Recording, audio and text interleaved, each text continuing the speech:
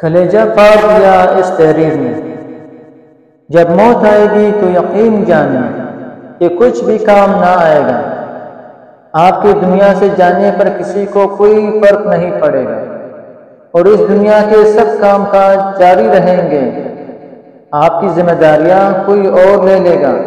آپ کا مال وارثوں کی طرف چلا جائے گا اور آپ کو اس مال کا حساب دینا ہوگا۔ موت کے وقت سب سے پہلی چیز جو آپ سے چلی جائے گی وہ نام ہوگا۔ لوگ کہیں گے کہ ڈیڈ باڈی کہاں ہے؟ جب وہ جنازہ پڑھنا چاہیں گے تو کہیں گے کہ جنازہ لے آئے۔ جب دفن کرنا شروع کریں گے تو کہیں گے کہ میت کو قریب لے کر آؤ۔ آپ کا نام ہرگز نہ لیا جائے گا۔ مال، حسب و نسب، منصب اور اولاد کے دھوکے میں نہ آئیں۔ یہ دنیا کس قدر زیادہ حقیر ہے اور جس کی طرف ہم جا رہے ہیں وہ کس قدر عظیم ہے۔ آپ پر غم کرنے والوں کی 3 اقسام ہوں گی۔ جو لوگ آپ کو سرسری طور پر جانتے ہیں وہ کہیں گے ہائے مسکین، اللہ اس پر رحم کرے۔ آپ کے دوست چند گھڑیاں یا چند دن غم کریں گے، پھر وہ اپنی باتوں اور ہنسی مذاق کی طرف لوٹ جائیں گے۔ آپ کے گھر کے افراد کا غم گہرا ہوگا۔ وہ کچھ ہفتے، کچھ مہینے یا 1 سال تک غم کریں گے اور اس کے بعد وہ آپ کو یادداشتوں کی ٹوکری میں ڈال دیں گے۔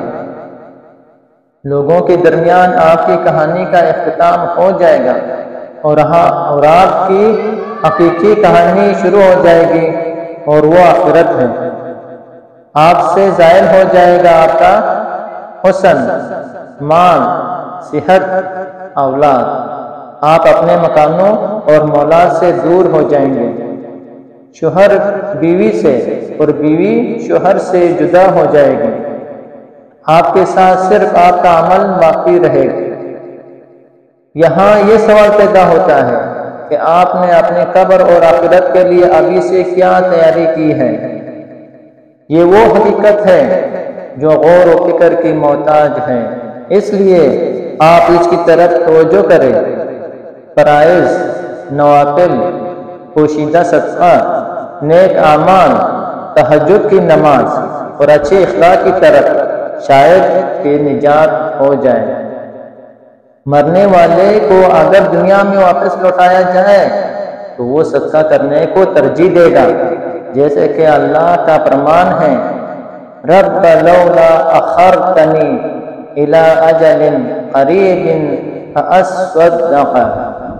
اے میرے رب، تو نے مجھے قریب مدت تک مہلت کیوں نہ دی کہ میں صدقہ کرتا۔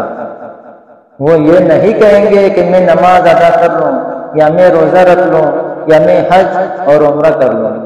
علماء کہتے ہیں کہ نیت صرف صدقے کا ذکر اس لیے کرتی ہے کیونکہ وہ اپنی موت کے بعد اس کے عظیم اثرات دیکھتی ہے، لہذا زیادہ سے زیادہ صدقات و خیرات کریں۔ اور بہترین چیز جس کا آپ ابھی صدقہ کر سکتے ہیں وہ آپ کے وقت میں سے 10 سیکنڈ ہے۔